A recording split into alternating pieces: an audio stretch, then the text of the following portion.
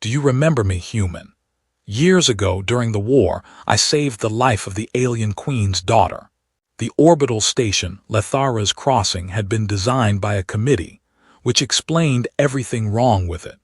It was too large in the places where largeness served no one, and too narrow in the corridors where people actually needed to move. And the climate systems had been calibrated to a temperature that satisfied neither humans nor Velhari, and instead produced a persistent mild discomfort that both species had learned, over the 30 years since the armistice, to associate with diplomacy. The observation domes were genuinely beautiful. Rowan would grant them that great curved expanses of photon-reactive glass that darkened and cleared in response to the local star's angle, so that the light inside shifted from pale gold to deep amber depending on the hour and the station's slow rotation. But the committee had placed the catering tables directly beneath the largest dome, which meant that every dignitary reaching for a miniature smoked protein skewer was doing so in conditions of dramatic, gallery-worthy illumination, which seemed to Rowan to be precisely the wrong way around. The food deserved the dim corridor. The view deserved better company than the food. He was standing near the far edge of the reception hall with a glass of something that had been described to him as a Velhari ceremonial blend, and which tasted, not unpleasantly, like warm minerals and the memory of fruit. The memorial ceremony itself had concluded 40 minutes ago in the main pavilion. Speeches, a projection of the armistice coordinates rendered in slow-turning light. A moment of silence observed with varying degrees of sincerity by the assembled crowd. And now, the afternoon had dissolved into the particular social texture of official receptions, which is to say that everyone was talking to everyone else with great apparent warmth, while carefully measuring the distance between themselves and anyone they actually needed to speak to. Rowan was 61 years old and had attended enough of these events across enough decades to have developed a reliable method for surviving them. He stood near walls. He held a drink. He looked at all times as though he had just come from somewhere and was about to go somewhere else. He had not wanted to come. He wanted to be precise about that, at least in the privacy of his own assessment, because there was a version of this story in which a veteran returning to a memorial after 30 years was doing something meaningful and intentional, was making a choice freighted with purpose. Rowan's version was simpler. His old friend Destan, who worked now in interspecies cultural liaison and therefore attended this sort of event professionally, had called him 4 months ago and said that the 30th anniversary ceremony would be different, that there were Velhari attending who had fought on the other side, that it would be. Destan had paused here searching for the word significant. Rowan had said that he had plans. Destan had pointed out that Rowan's plans, at this stage of his life, generally involved a good chair and progressive disappointment in whatever he was reading. This was accurate enough to be unanswerable, and so here Rowan was, in an uncomfortable jacket, on an orbital station that had been designed by a committee, drinking something that tasted like mineral memory and watching a deputy foreign minister laugh at something that almost certainly wasn't funny. The Velhari in the room were easy enough to identify, not because they looked dramatically alien, they didn't, which had been one of the war's stranger complications. Fighting people who could have passed for human in most planetary markets if not for the ears. Those long, elegantly tapered ears that curved upward at the tip and moved slightly, in response to sound and emotion, like a secondary vocabulary running beneath the primary one. 30 years ago, Rowan had learned to read them a little. A flattened ear meant wariness. An ear angled sharply forward meant focused attention. He'd found this knowledge more useful in negotiation than in combat, which had itself told him something about the nature of the war, though he hadn't had the language for it at the time. Now he watched the Velhari delegates across the room with the mild, non-threatening curiosity of a man who had long since made his peace with the fact that he would never fully understand another species, and had decided this was interesting rather than threatening. He was, he felt, improved by age in at least this one respect.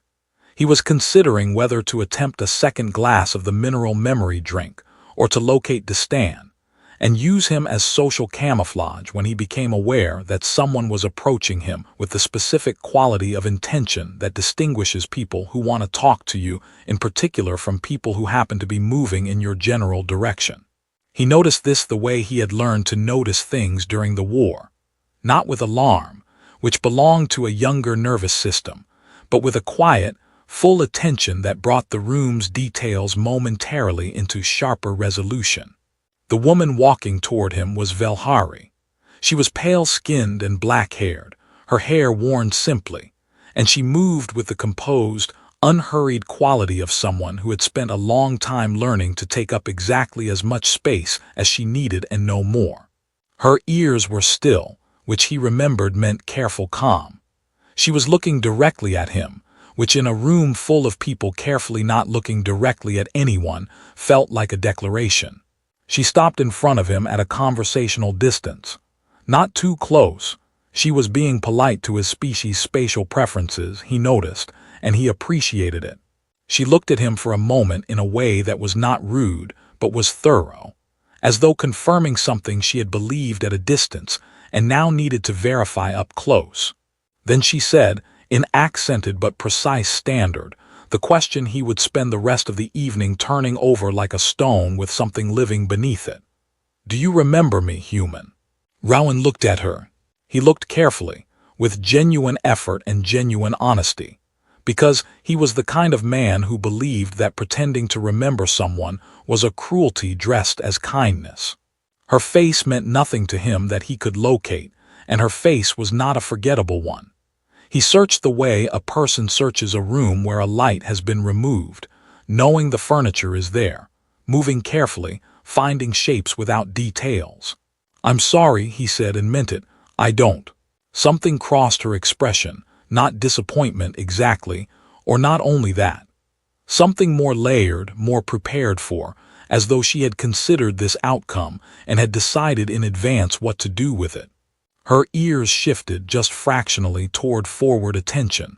"I had considered that might be the case," she said. "It was a long time ago. There was a war in the way." "There generally is," Rowan said, and then, because the remark had come out sounding flatter than he intended, "I mean that genuinely. The war has a tendency to sit between everything and everything else, even now." She considered this with the seriousness it deserved rather than the politeness it didn't require, which raised her considerably in his estimation. Then she said, "My name is Selivra."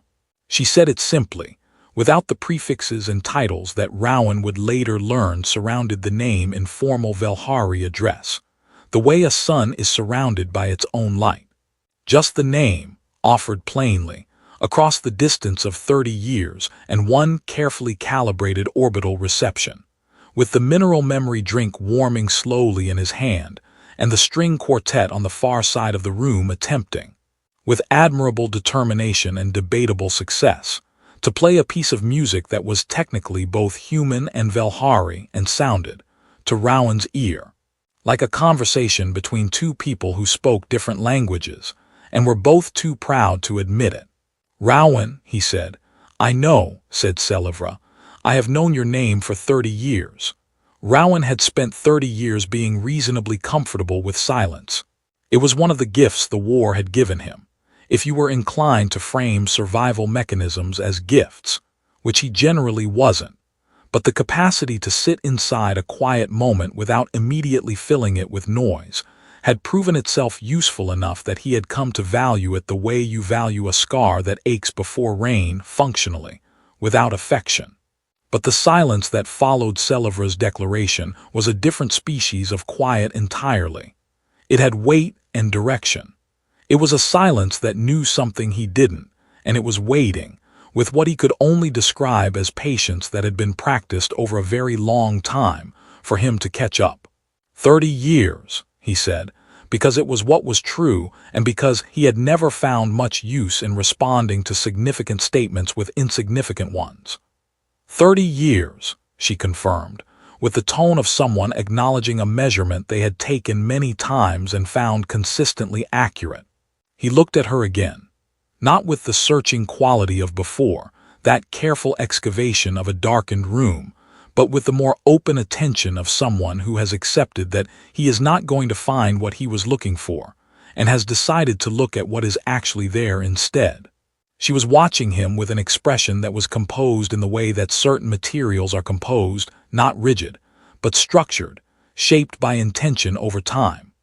Her ears were angled slightly forward, that posture of focused attention he remembered from a different context, a different lifetime, a version of himself that had worn different boots and carried considerably more fear. "You should tell me," he said. "I'd rather know what I'm working with than guess at it." Something in her expression shifted, slightly, in a direction he couldn't immediately name but which felt like the careful relaxation of something long held. She said, "There is a place to sit that is not directly beneath the ceremonial lighting. I find I would prefer to have this conversation without being dramatically illuminated." "I find I would prefer most conversations that way," Rowan said. They moved to the far edge of the reception hall, where a series of low seats had been arranged near the interior viewport, a long horizontal window that looked not outward into space, but inward into the station's central atrium. A vast open cylinder of tiered walkways and suspended gardens that the committee had apparently decided to include as an afterthought, and which had turned out, accidentally, to be the most genuinely beautiful part of Lethara's crossing. Soft light moved through it from sources Rowan couldn't identify. Something that was approximately a tree, though not a tree any planet he had visited would have claimed, grew from a platform 3 levels down and extended upward past their sightline. He and Selivra sat, and the noise of the reception became a background condition rather than a present one, and she folded her hands in her lap with the careful deliberateness of someone organizing their thoughts into the order they intended to use them. "Marin Veth," she said. The name arrived in him the way certain things arrive, not with immediate recognition, but with a physical response that precedes recognition, a kind of somatic acknowledgement that something real has been touched. His hands resting on his knees were still, his breathing didn't change, but something behind his sternum shifted, the way a compass needle shifts when it finds its referent. "I was there," he said. "I know. I need to tell you what you did there because I believe you do not remember the specifics, and the specifics are what I have carried." She paused. "My daughter's name is Evie. She was 14 years old when Marin Veth came under bombardment. I was not on the station when it began. I was in transit, receiving communications that became progressively more alarming in the way that communications from a station under bombardment tend to do. And there was nothing I could do from where I was except receive them and continue receiving them, which is one of the more precise definitions of helplessness I have personally encountered." Rowan said nothing. He was listening in the way he had learned to listen to accounts of things he might have been present for, with the particular, suspended attention of someone waiting for the moment when the external account and the internal fragment connect.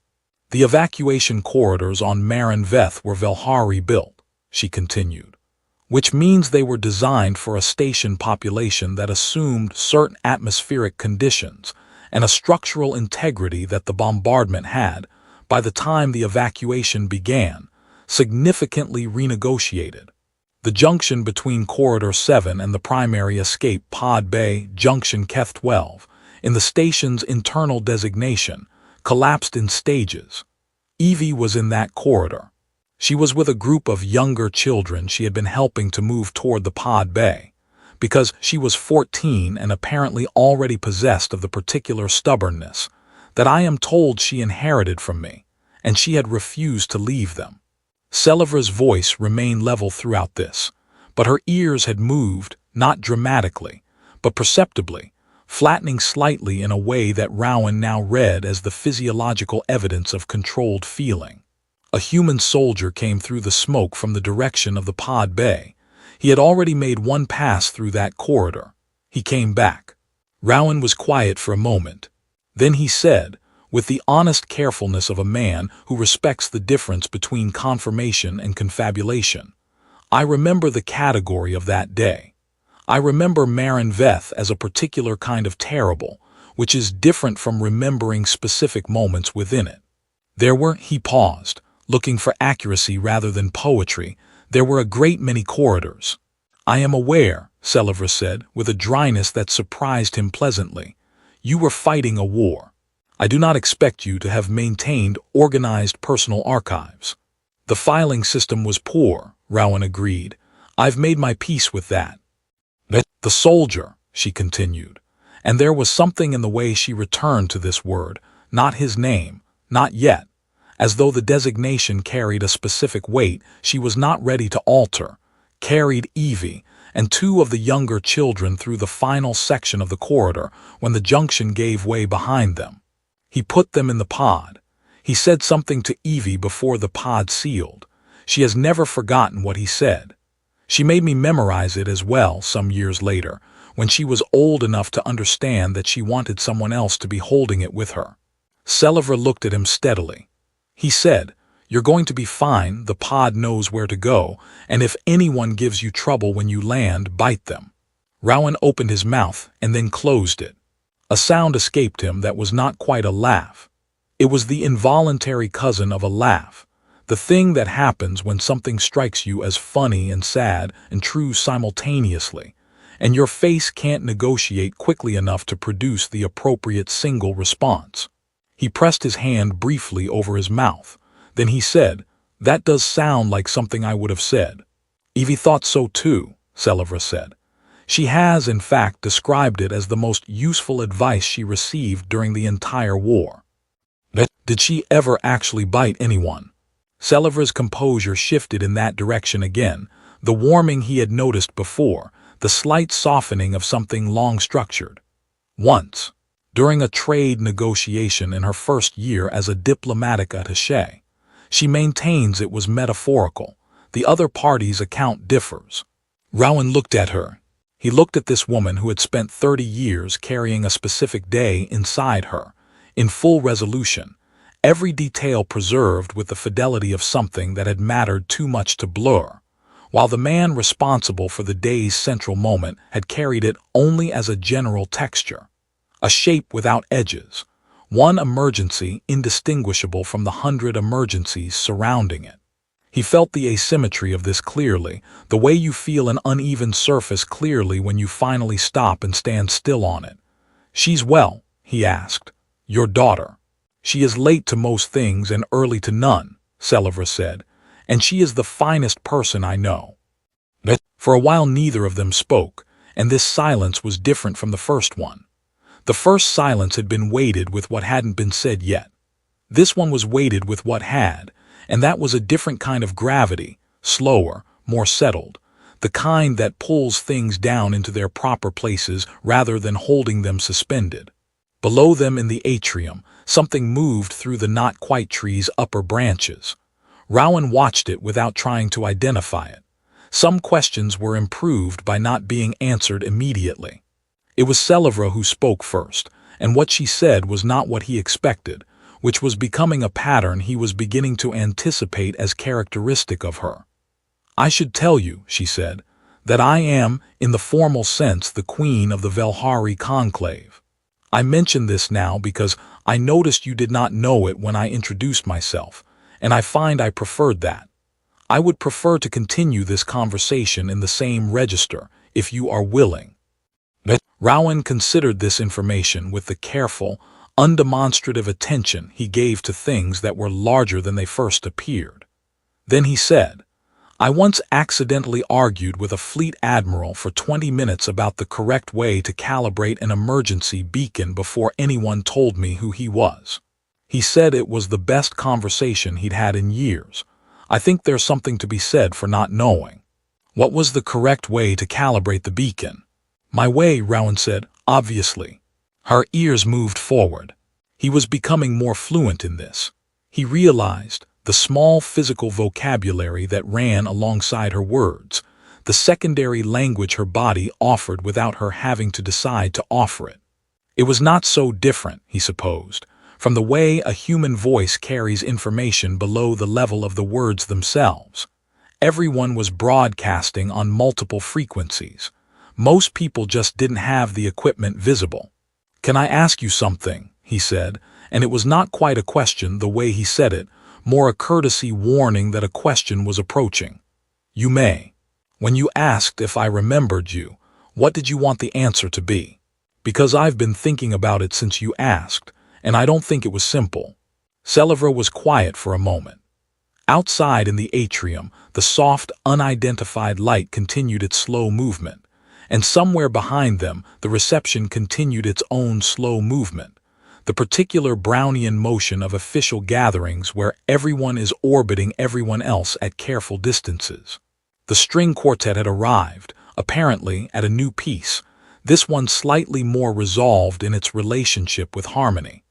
"I wanted you to remember," she said, finally, "because if you remembered, then the moment already existed between us as a mutual thing. I would not have to carry it to you and hand it across. It would simply be there, already shared, and we could stand on either side of it and look at it together." She paused. "But I also knew, in the part of myself that has had 30 years to think clearly about this, that you might not. That the probability of one soldier retaining the specific details of one corridor on one burning station, among all the corridors and all the burning stations, was not statistically in my favor." "The statistics of wartime memory are genuinely grim," Rowan said. "I did the calculations," Selivra said, with the tone of someone who had, in fact, done the calculations and found them unsatisfying but definitive. "I have people who assist with that sort of thing now. It remains grim.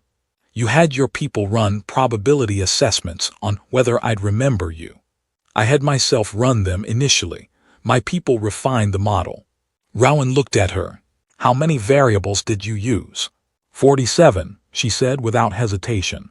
"Combat stress degradation of episodic memory, duration of active engagement, number of discrete crisis events per operational day, neurological research on trauma-adjacent memory encoding in human males of your approximate age cohort at the time." She paused very briefly.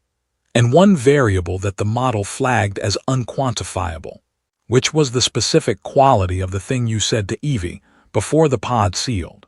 I included it anyway as a constant because it seemed dishonest to omit it."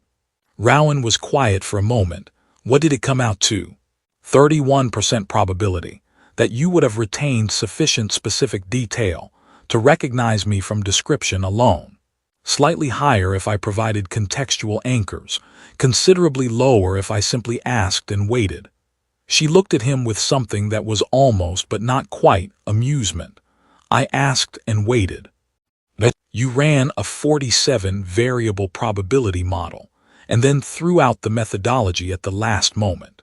"I'm a queen," she said. "We are permitted occasional inconsistency." He laughed at that, a real laugh, not the involuntary cousin of one, a laugh that came from somewhere genuine and arrived without apology. It was brief, but it was real, and he noticed that it seemed to do something to the space between them, the way a particular kind of light does something to a room, not changing the furniture, but changing what the furniture looks like. 30 years is a long time to carry something, he said when the laugh had settled. "It is," she agreed. "Though I would ask you not to misunderstand the nature of the carrying. I did not carry it as a burden exactly, or not only that. I carried it the way you carry something that is yours, because it happened to me, because it changed the shape of my life in a way that nothing before or since has changed it quite so completely, because Evie is alive and diplomatic and occasionally biting trade negotiators, and I am here.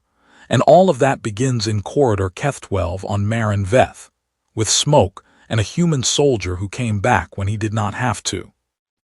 Rowan received this carefully. He was aware of the weight of it, the specific density of gratitude that has had 3 decades to become something more complex than gratitude, to become, instead, a way of understanding one's own life, a fixed point from which the rest of the map is drawn. He was aware also of something else, something he was going to have to say because not saying it would be a kind of dishonesty, and he had a low tolerance for that. "I need to tell you something," he said, And I want to say it correctly because it's easy to say it in a way that sounds wrong. She turned toward him slightly. Her ears were still that posture of careful calm. Tell me. I don't remember it as significant, he said. Not because it wasn't, I understand now, from everything you've told me that it was. But at the time, in that corridor, it wasn't a moment where I made a decision that felt large. It was the next thing. There was a junction and there was smoke and there were people who needed to be in the pod. And so I put them in the pod. And then there was the next thing after that, and the next thing after that. And the war continued for another 8 months after Marin Veth, and there were other corridors and other stations. And the whole thing had the quality of a single continuous emergency, with occasional brief interruptions during which I ate something, and did not sleep adequately. He paused. The most important moment of your life as a mother was, from where I was standing, a Tuesday. He had been right that it was easy to say incorrectly. He watched her face to see if he had managed the correct version. She was quiet for long enough that the string quartet behind them completed a full musical phrase, which took approximately 12 seconds, and he counted them. I know, she said at last. I have known that or known the shape of it for a long time. Understanding it is not the same as having heard it said plainly. She looked at him steadily. Thank you for saying it plainly. I find it's usually better. My advisors disagree. They find plainness destabilizing. Your advisors, Rowan said, were presumably not in corridor Keth 12. No, she said, they were not. She looked down at her hands for a moment, then back at him. Does it trouble you that you don't remember it the way I do? That a thing which was unremarkable to you is the thing my life bends around? Rowan thought about this with genuine seriousness, because it deserved it. Outside the viewport, the atrium light continued its slow, sourceless drift, and the not-quite tree stood in it with the particular patience of things that grow in artificial environments and have made their accommodations with the available conditions. It troubles me in the way that true things trouble me, he said finally. Not because it's wrong, but because it's real, and real things have edges. He paused. But I think, and tell me if this lands incorrectly, I think the asymmetry is part of what it is. You remember everything because everything was at stake for you. I remember the category because I was trying to survive the category. Neither of those is a failure. They're just different positions inside the same moment. Selivra looked at him for what felt like a considered length of time. Her ears shifted, forward and then to a position he didn't have a precise reading for, something new, or something he didn't have the vocabulary for yet. You are, she said carefully, not what I expected. What did you expect? I prepared for several versions, she said. A man who had made the rescue into a defining story he told about himself. A man who had buried it entirely and resented the excavation. A man who would be uncomfortable with the weight of what I came to say and would attempt to deflect it with excessive modesty. She paused. I did not prepare adequately for a man who would simply tell me it was a Tuesday and somehow make that the most honest and correct thing anyone has said to me in recent memory.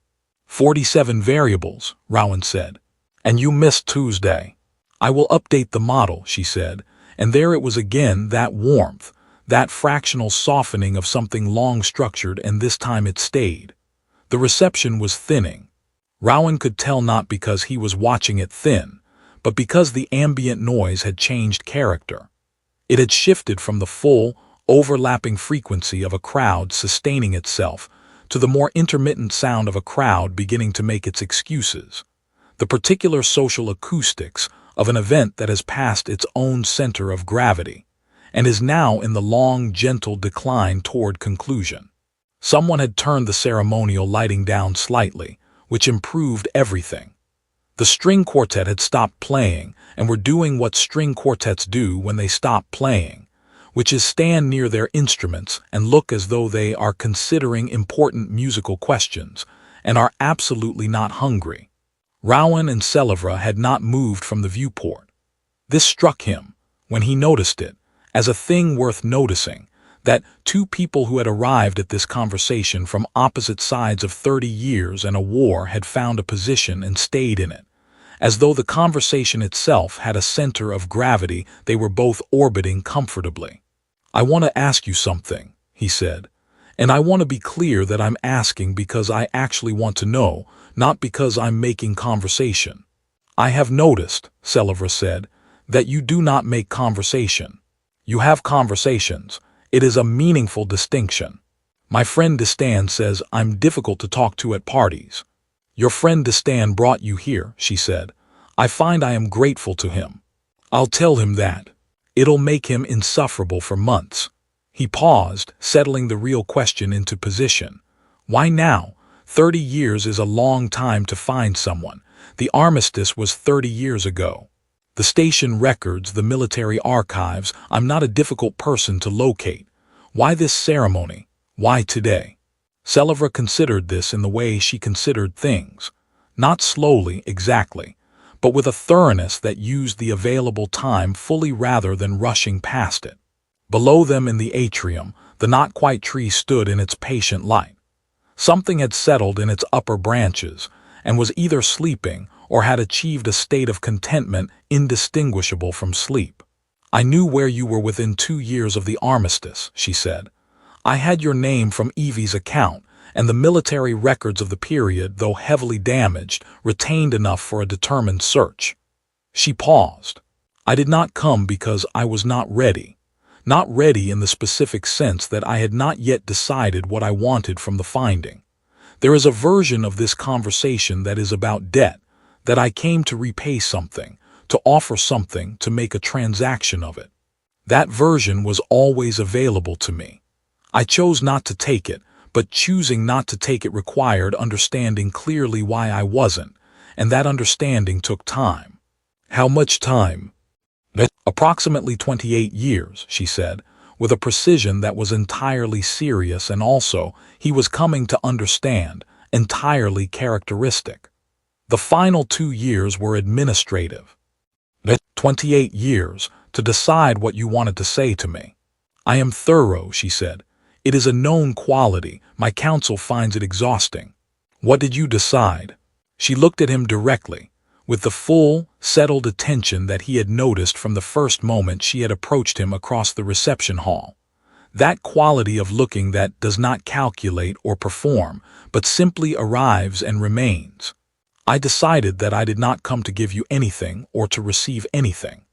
I came because there is a person in my life who is alive, and there is a reason she is alive, and the reason has a face and a name, and has been living his life on the same planet as my gratitude for 30 years, without knowing the gratitude existed. I came because carrying something alone, even something you love, is still carrying it alone. And I am," she paused, and for the first time something moved through her composure that was not controlled, that arrived without being managed. "I am very tired of being the only person in any room who knows what Rowan did in corridor Keth 12. He was quiet for a moment. The atrium light moved. The creature in the not-quite tree shifted and resettled. "Evie knows," he said. "Evie knows what she experienced. She was 14 and frightened, and she remembers a soldier and smoke and the smell of burning composite and a voice that told her to bite anyone who gave her trouble." Something that was absolutely a smile moved across her face, brief and real. "She does not know the whole of it. She does not know that I spent the transit back from that conference unable to receive communications and understanding for the first time what it means to be powerful and helpless simultaneously. She does not know that when I finally reached the evacuation coordinates and found her pod in the registry, I sat in the floor of the command deck and could not stand up for 11 minutes. She knows I was relieved. She does not know the specific geometry of that relief. 11 minutes is a long time to sit on a command deck floor." "It is," Selivra agreed. "My chief of staff pretended to need something from a lower cabinet for the duration. She is an exceptional woman." Rowan looked at her. He looked at her the way he had been learning to look at her over the course of this conversation, not searching for something he'd lost, not excavating for the fragment that would confirm her account, but seeing what was actually present. A woman who had carried a precise and perfect memory of a single day for 30 years, who had spent 28 of those years deciding how to hold it properly, who had walked across a reception hall in ceremonial lighting, toward a man eating miniature protein skewers, and asked him the question she'd been carrying longer than some wars last. He felt, with a clarity that surprised him by its sharpness, that he was in the presence of a specific kind of courage. Not the loud kind, not the kind that has witnesses and momentum behind it, but the quiet kind that requires you to sit with something alone for a very long time and then walk toward it anyway. "I remember more now," he said.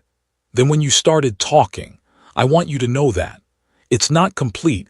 I don't think it's going to become complete because that's not how the memory works, and I'd rather tell you that honestly than perform a recognition I haven't fully earned. But I remember the smoke in that corridor having a particular color, which was not a color smoke usually was. And I remember the feeling of the decking through my boots being wrong in a way that meant the structural integrity was already compromised. And I remember," he paused. And the fragment came up not with the force of revelation, but with the quiet certainty of something that had been there all along, under the sediment of 30 years, waiting for the right pressure to surface it. "I remember a girl who was not trying to get herself to safety. She was counting the children around her, making sure she had all of them. I had to tell her to stop counting and move." Selivra's ears moved. He had enough vocabulary now to read it. Not the forward attention of focus, not the flattening of controlled feeling. Something that combined both and added a third element he was translating in real time as the physiological expression of a thing being confirmed that you had believed for a long time but had not been certain of until now. "She was still counting when you reached the pod," Selivra said quietly. "She was," he said. "I told her I'd done it for her. I don't know if that was true. I think I'd lost count somewhere in the smoke. But she needed to move, and it was the thing that moved her." He paused. "I hope that was all right." "You lied to my daughter to save her life," Selivra said. "I have spent 30 years being grateful for it." They sat with that for a moment. Below them, the atrium continued its slow, illuminated existence, indifferent to the conversation happening at its edge in the way that large and beautiful things are indifferent to the small and important things occurring in their vicinity. Behind them, the reception had thinned to a handful of people. Someone was collecting glasses. The deputy foreign minister who had been laughing at unfunny things all evening had apparently located his coat and his dignity and departed. "What happens now?" Rowan said, and it was not precisely a question. It was more an acknowledgement that the conversation had arrived somewhere, and that arriving somewhere creates, inevitably, the question of what you do once you're there. "I would like," Selivra said, with the carefulness of someone who has decided to say a true thing and is making sure the words fit it properly, "for Evie to meet you. Not as a ceremony. Not as a formal acknowledgement or an official occasion. She is stationed on Verath 7 currently, which is not an unreasonable distance from where you live, and she would," a pause, "I believe she would find it significant. She has her mother's thoroughness and her father's optimism, which is a combination that results in a person who believes that most things can be resolved if you simply approach them with sufficient care and refuse to leave until they are." "She sounds formidable," Rowan said. "She is occasionally exhausting," Selivra said, with a warmth that made the word into its own kind of praise. "You would, I think, get along." Rowan thought about this. He thought about a girl counting children in smoke, refusing to move until she was certain she had all of them, and a woman who had sat on a command deck floor for 11 minutes and then stood up and spent the next 30 years figuring out how to carry what had happened with the care it deserved. He thought about Distan, who had called him 4 months ago and told him the ceremony would be significant, and who had been, for once, entirely right, and who was going to be told so, and would almost certainly react to this information with a level of self-satisfaction that would require weeks to subside. "I'd like that," he said, "meeting her." Selivra nodded once, with the settled quality of someone filing something into the category of things that are decided and can therefore be trusted. Then she said, "She will ask you many questions. I want to prepare you for this. She has a researcher's instincts and no restraint whatsoever in applying them." "What kind of questions?" "Last month she spent 40 minutes questioning a Velhari astrophysicist about the emotional experience of mapping dead stars," Selivra said. "She wanted to know if it felt like grief or like archaeology." The astrophysicist said afterward it was the most interesting 40 minutes of his professional life. He also said he needed to lie down. "What did he decide?" Rowan asked. "Grief or archaeology?" "Both," Selivra said.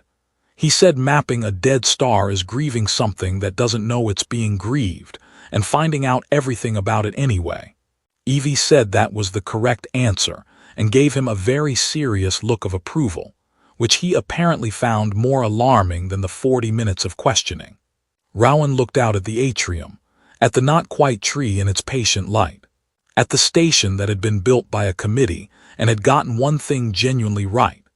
He thought that grief and archaeology was probably not a bad description of what this evening had been, going through the layers, carefully, finding what was there, mourning the parts that time had taken and recording the parts that remained. He thought that he had arrived at this ceremony expecting to survive it, and had instead found something he didn't have a clean word for, something that sat between recovered and discovered, between remembered and newly known. "I should find Destan," he said, eventually. "Before he begins telling people he engineered this conversation, which he didn't, but he'll construct a version in which he did, and the longer I leave him unsupervised, the more elaborate it will get." "A reasonable concern," Selivra said. She stood and he stood, and they faced each other in the viewport light with the atrium behind them and the thinned remainder of the reception behind that, and the station turning slowly in space behind all of it. She extended her hand, which was a human gesture, offered with the deliberateness of someone who had learned it and chose to use it because it fit the moment rather than because it was required. He took it. Her hand was cooler than he expected and her grip was precise. "Rowan," she said, "thank you for coming back through the corridor." He held the handshake for a moment. 30 years of someone's gratitude passed through it, and the weight was not crushing.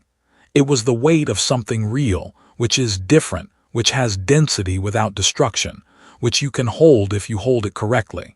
"Thank you," he said, "for remembering it clearly enough for both of us." She released his hand. She moved with that composed and unhurried quality back toward the remainder of the reception and the obligations that waited in it, her long ears catching the light as she turned, her posture carrying everything it had always carried and perhaps, he thought, carrying it slightly differently now, not lighter exactly, but shared. He watched her go the way you watch something that has mattered go, which is to say without looking away until you no longer can. Then he went to find Destan, who was, predictably, standing near the catering table looking like a man who had been waiting to say, "I told you so" for approximately 40 minutes, and had prepared the sentence to a high polish. The station turned. The not-quite tree stood in its light. Somewhere on Verath 7, a woman who had learned to count before she learned to run was alive and asking questions, and leaving no room in any of them for the possibility that the answer was not worth finding. Rowan straightened his uncomfortable jacket and walked across the room.